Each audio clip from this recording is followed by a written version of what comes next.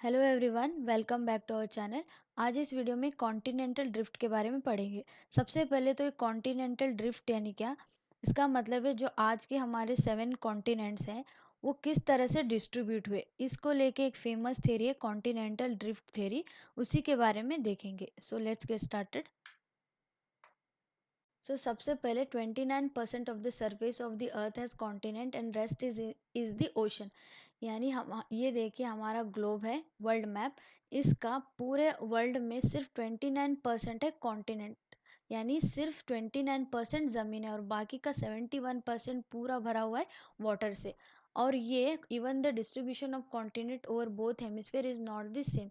यानी northern hemisphere में ज़्यादा लैंड मास है और साउदर्न हेमिस्फेयर में लैंड उतना नहीं है, बल्कि यहाँ पे ज़्यादा हमें पानी देखने को मिलेगा। अब ये northern hemisphere and southern hemisphere क्या है? इक्वेटर जो है हमारा, इक्वेटर के ऊपर वाले हिस्से को नॉर्दर्न हेमिस्फेयर कहते हैं और नीचे वाले हिस्से को साउदर्न हेमिस्फेयर कहते हैं। और यहाँ पे देखिए, ये प्राइम मेरिडियन है, ये 0 डिग्री लॉन्गिट्यूड है। तो ये 0 डिग्री लॉन्गिट्यूड से इस वाले हिस्से को वेस्टर्न हेमिस्फेयर कहते हैं और इस वाले हिस्से को ईस्टर्न हेमिस्फेयर कहते हैं। तो अब बात आती है कि क्या ये कॉन्टिनेंट, ये ओशन पहले से ऐसे थे, इनका डिस्ट्रीब्यूशन, इनके जो अब के स्थान पर हैं, या पहले से ऐसे थे या अब ऐसे हुए। तो इन सब को लेके साइंटिस्टों ने बहुत सारे आइडियाज़ प्रपोज किए। उनमें से सबसे फेमस है, सबसे एक्सेप्टेबल जो है वो कॉन्टिनेंटल ड्रिफ्ट है। उसको देखते हैं। So, it was Alfred Wegener, a German meteorologist, who put forth the continental drift theory in 1912। तो एल्फ्रेड विगनर नाम के साइंटिस्ट जो मेट्रोलॉजिस्ट थे जर्मन के, उन्होंने इस कॉन्टिनेंटल ड्रिफ्ट थ्योरी को प्रपोज किया 1912 में। So it was about distribution of continent and ocean. तो जो पूरा कॉन्टिनेंट्स है, ज़मीन है, और ओशन का डिस्ट्रीब्यूशन किस तरह हुआ, उनकी थ्योरी इसको प्रपोज करती है। So according to Wegener, all the continent formed a single mass called the Pangea, all the earth। तो उनके हिसाब से, यहाँ देखिए, उनके हिसाब से जो पूरा अर्थ है, अर्थ में का जो पूरा लैंड मास है, जहाँ ज़मीन है, उन्होंने पूरे उसको एक बताया और उसका नाम दिया उन्होंने पेंजिया। और बाकी जो पूरा ऑल वाटर है, उसे उन्होंने पेंतलासा नाम दिया। तो उनके हिसाब से यहाँ देखिए, about 200 million years ago the super land mass begin to split. तो उनके हिसाब से ये था कि 200 मिलियन ईयर्स साल पहले ये पेंजिया जो है वो स्प्लिट होने लगा, उसके टुकड़े हो गए। तो लॉरेश एक हुआ, लॉरेशिया जो ऊपर नॉर्दर्न हेमिस्फेयर की तरफ गया है। दूसरा था गोंडवाना। 150 मिलियन ईयर्स में अर्थ की शक्ल कुछ इस तरह से थी। फिर 100 मिलियन ईयर्स के बाद कुछ इस तरह से हो गई और डिस्ट्रीब्यूट और अलग होने लगे। फिर जो अर्थ का जो टुडे पिक्चर है वो इस तरह से, यहाँ पे देखिए, कॉन्टिनेंट के बीच बहुत सारा पानी, वाटर आ गए, अटलांटिक और पैसिफिक ओशन आ गए। So subsequently both continue to break into various smaller continent that exist today। तो वही जो यहाँ पे है वो वही है ये point. A variety of evidence was offered in support of this drift. तो इन्होंने ये आइडिया, ये हाइपोथेसिस बोल दिया कि पहले पूरा अर्थ, पूरा ज़मीन पेंजिया था और पूरा वाटर पेंतलासा था। फिर वक्त के साथ ये ऐसे होगा, ये इनका आइडिया था। अब इस आइडिया को प्रूव करने के लिए उन्होंने बहुत सारे एविडेंस दिए। सो सबसे पहले the matching of the continent jigsaw fit. तो यहाँ देखिए, ये अफ्रीका का लैंड मास है, ये है साउथ अमेरिका का। अगर हम इन दोनों को जिग्सॉ फिट एक पजल की तरह जोड़ेंगे तो इनके शोरलाइन बिल्कुल मैच करते हैं। तो ये यहाँ देखिए, ये है इनका प्रेजेंट पिक्चर। ये है, यहाँ पे है अफ्रीका और यहाँ पे साउथ अमेरिका। इनके शोर लाइन्स बिल्कुल मैच करते हैं, अगर इनको फिट करेंगे तो फिट हो जाएंगे। तो इसका मतलब है कि ये दोनों एक वक्त में जुड़े हुए थे। सो नेक्स्ट उन्होंने बोला rock of same age across the ocean. तो उनका जो नेक्स्ट पॉइंट था, एविडेंस था, वो ये था कि जो रॉक्स पाए गए हैं अक्रॉस द ओशन, अलग अलग कॉन्टिनेंट्स में, वो सेम एज से बने हुए। वो सेम एज से, यहाँ देखिए, the radio metric dating method developed in recent times have facilitated correlating the rock formation from different continent। ये रेडियो इलेक्ट्रिक डेटिंग मेथड, यानी जो रॉक्स के जो अंदर जो एलिमेंट्स पाए जाते हैं एटम्स, उनको पढ़ के उनके डीके होने के और उनके फॉर्मेशन के अलग होने से ये पता चलता है कि वो कितने पुराने थे। यहाँ देखिए, unstable atoms such as uranium eventually changes into stable atoms such as lead. तो पहले अनस्टेबल ये यूरेनियम थे, सपोज एक रॉक में यूरेनियम एलिमेंट्स हैं, फिर वो वक्त के साथ चेंज होंगे लीड में।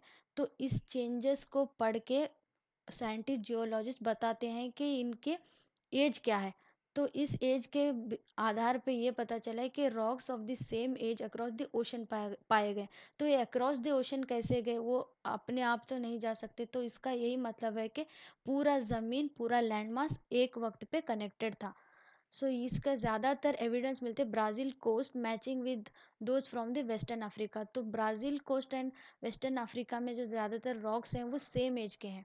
So next is टिलेट। टिलेट का मतलब है जो ग्लेशियर्स डिपॉजिट से जो रॉक बनते हैं, सेडिमेंट्री रॉक, उसको टिलेट कहते हैं। यानी जो रॉक्स हैं उसके नीचे अगर ग्लेशियर डिपॉजिट, ग्लेशियर के तत्व मिले तो उसे टिलेट कहेंगे। तो ऐसे टिलेट, यहाँ देखिए, Gondwana system of the sedimentary from India is known to have counter part in Africa, Falkland island, Madagascar, Antarctic and Australia. तो ऐसे टिलेट के फॉर्मेशन, ऐसे सेडिमेंट्री रॉक, सेडिमेंट्री फॉर्मेशन 6 अलग-अलग कॉन्टिनेंट में, 6 अलग-अलग लोकेलिटीज़ में पाए गए हैं। तो ये साबित करता है कि एक वक्त में ये सारा कनेक्टेड था, फिर वक्त के साथ ये डिस्ट्रीब्यूट अलग हो गए, तो उनके सेडिमेंट्स, उनके फॉर्मेशन अब अलग-अलग हो गए हैं।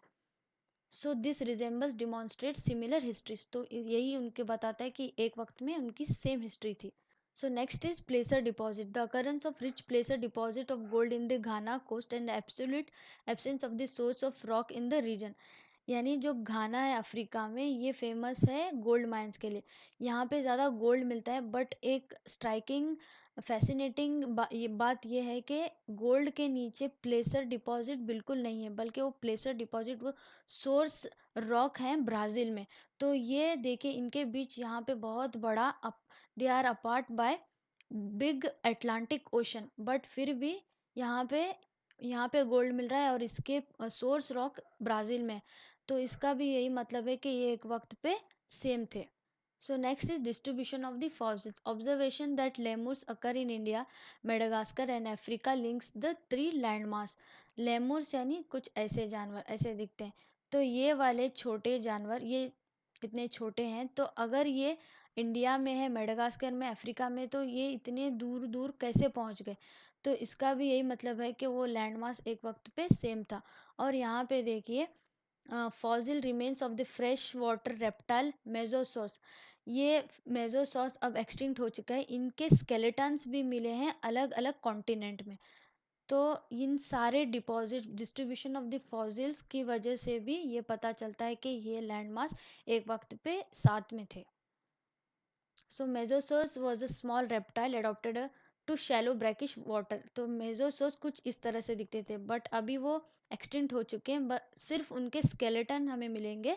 और वो स्केलेटन भी सिर्फ दो जगह पे मिलते हैं, southern cape province of the South African Cape Town and इरावर फॉर्मेशन इन द ब्राज़ील। तो ब्राज़ील कहाँ पे और ये साउदर्न केप कहाँ पे, बहुत दूर है, बट फिर भी उनके स्केलेटन मिल रहे हैं, मतलब वो एक्चुअल में एक वक्त पे साथ में थे।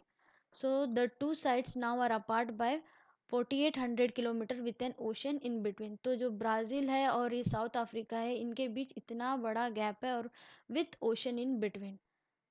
सो ये था एल्फ्रेड विग्नर का कॉन्टिनेंटल ड्रिफ्ट थ्योरी, जिसमें उन्होंने बोला कि एक वक्त पे सारा कॉन्टिनेंट एक था और सारा वाटर एक था, फिर वक्त के साथ वो अलग अलग डिस्ट्रीब्यूट होते गए। इसको प्रूव करने के लिए उन्होंने बहुत सारे एविडेंस दिए, जिसमें था टिलेट formation, प्लेसर deposit, rock, same rock मिले हैं अलग अलग कॉन्टिनेंट में, एंड जिग्सॉ फिट, जो कॉन्टिनेंट के शोर लाइन से उसको मिलाएंगे तो फिट होंगे। ये सारे एविडेंस से उन्होंने इसको पेश किया था। That's it, thank you for watching.